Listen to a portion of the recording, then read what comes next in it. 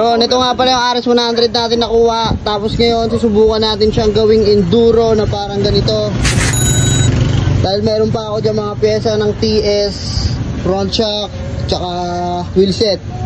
Salpak natin sa RS. Tingnan natin kung mapapagana natin to. Let's go!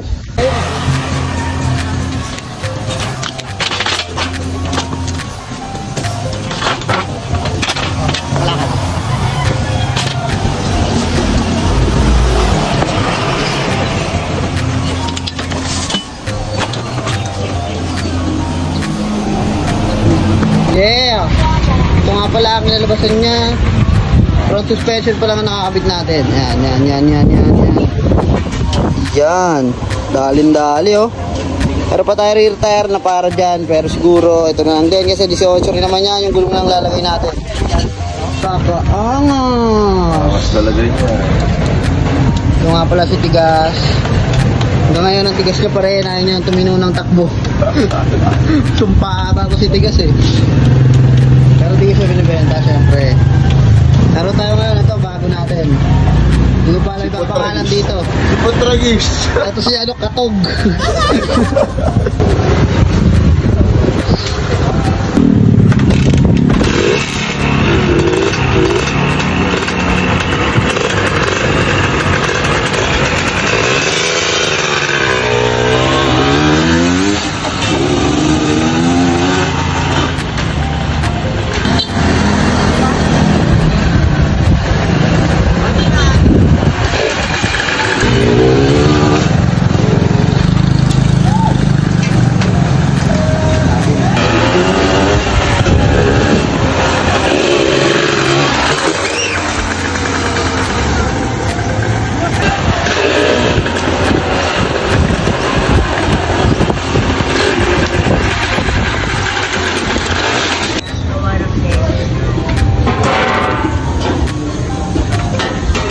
Tuwang pala siyo.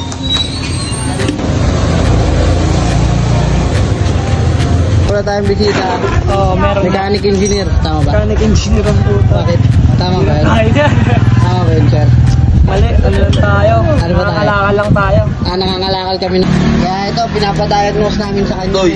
Yung ano dito. Natin, no? Ito, anong Pinapadiagnose namin sa kanya to. Meron daw siyang diagnosis stool na dala. Ngayon, ito yung mga dala niya, ito. Diyan yung sasasak. Sige na. Pwede ba? Para makita na natin yung pinakasira niyang... Pwede yan, pwede.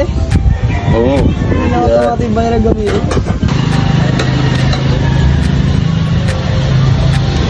Wala naman, hindi naman papa. Oh, nangalabas ah.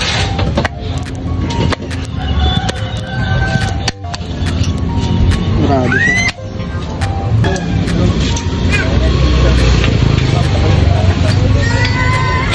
Ayun o, gulong o. Uy!